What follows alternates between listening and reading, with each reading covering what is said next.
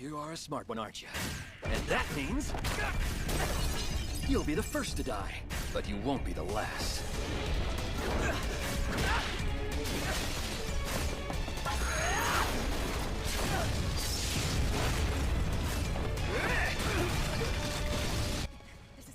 Wow, teleportation fights are pretty cool. Wonder what other shows uses it for battle. Let's try Dragon Ball. Very nice. I didn't think there was time to dodge. That was quite a clever trick. You like that one, huh? It's called instant transmission. I know. It's one of my favorite techniques. Your favorites?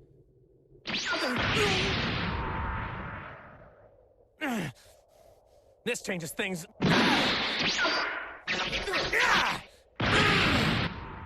Damn, that's kind of lame. Hello everyone, welcome to my video. As you can guess by the title, we look at the correct way to portray teleportation in media.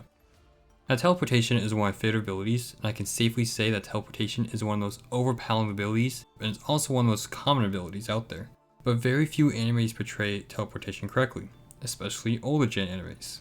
So in this video, we're going to look into what makes teleportation look good, and what makes it look bad.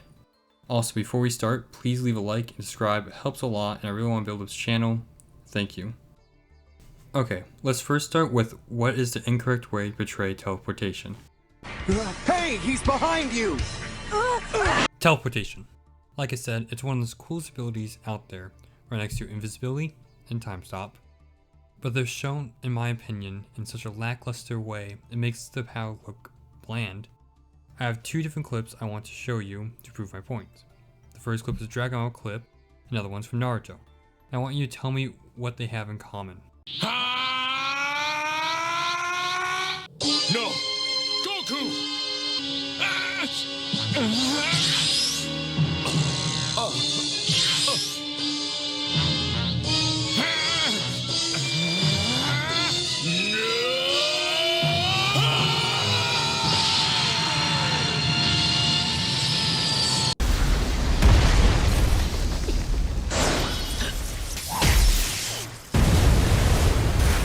Now what similarities do you find in these two clips?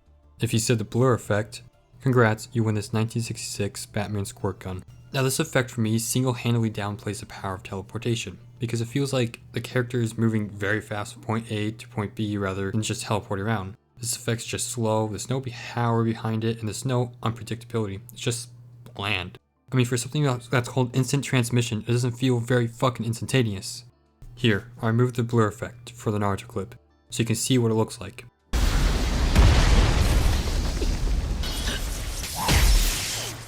It automatically feels much more fluid. The blur effect does have its use though, and it's best used for something like an ability like Flash Step, where an opponent can react to speed instead of the user just appearing out of thin air. And speaking of Flash Step, it's hard to differentiate the instant teleportation and Flash Step when they both have the blur effect. For example, if you show a non-Dragon Ball fan this clip, I know. It's one of my favorite techniques. Your favorites?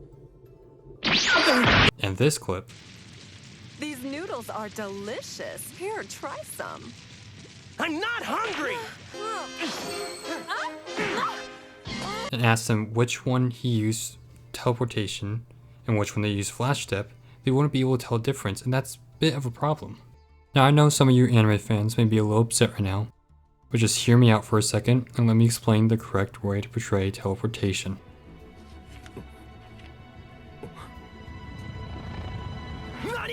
Let's look back at the first clip. Now I'm sure you guys can guess what I'm going to talk about, and it's going to be the effect that happens when Ryo teleports. Now the reason why Ryo's teleportation looks and feels so great is because it actually feels instantaneous. And this is one of my bigger arguments. It's the feeling of the power that truly sells the ability to the viewer. The best examples where I can give you a better understanding of what I mean is like during the Envy and Mustang fight in Fullmetal Alchemist Brotherhood. During that fight, as a viewer, you can feel the intensity of the flames. If they just showed a regular flame or even a normal fireball, it wouldn't feel as powerful and it wouldn't match with the rage in Mustang. And hell, even if you turn off the sound for the scene, you can still feel the intensity of this flame. What about Dio, the World, and JoJo Stardust Crusaders? No, not that version Stardust Crusaders. This version Stardust Crusaders. Now, if you never watched the OVA, you may be wondering what difference between 1993 version and the 2014 version. Well, the answer is nothing power-wise, but how they portray the ability is completely different. Now, everyone knows the famous sound effect and how hype it is. It screams power and flashiness by how in your face it is. The first time I saw this scene, I was so mind blown. But you don't get that in OVA, instead you get this. Is Star Platinum and mine the world? Are similar types of stands?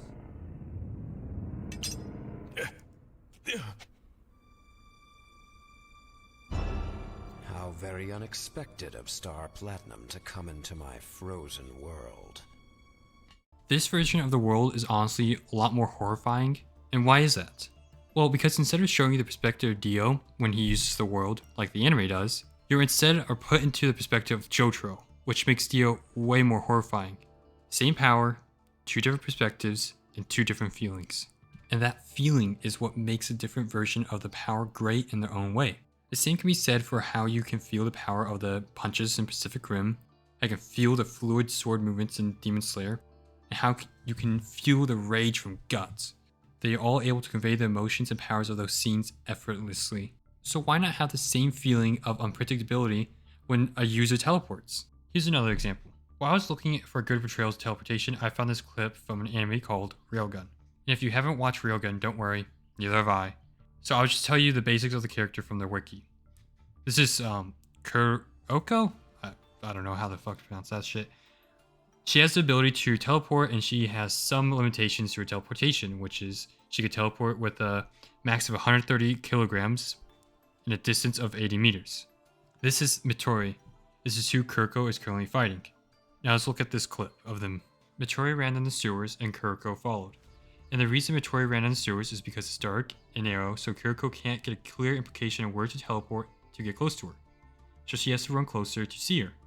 And Kuroko can't just teleport like she can in an open field. So Midori knows Kuroko limitations, so she has a plan to counter it. I'll just let Miruto explain her plan. 身を隠すためってだけじゃない。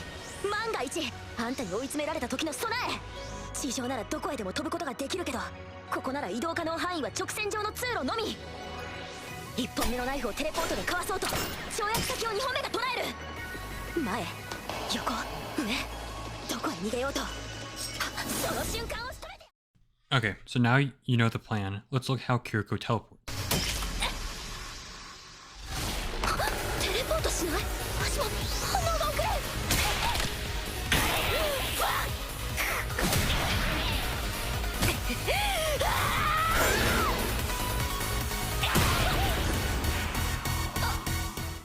When Kuroko teleports, there is no sound cue or special effect.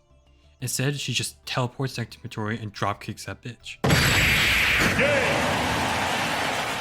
This fight was set up so well. Midori knew Kuroko needed to see where she needed to teleport, so she used that to her advantage by going to her dark sewers.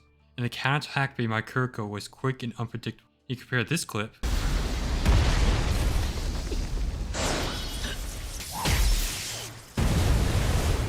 the teleportation looks lame compared to the railgun or the Mob Psycho teleportation. Now that we figure out instant teleportation, what's the correct way to portray other ways of teleportation?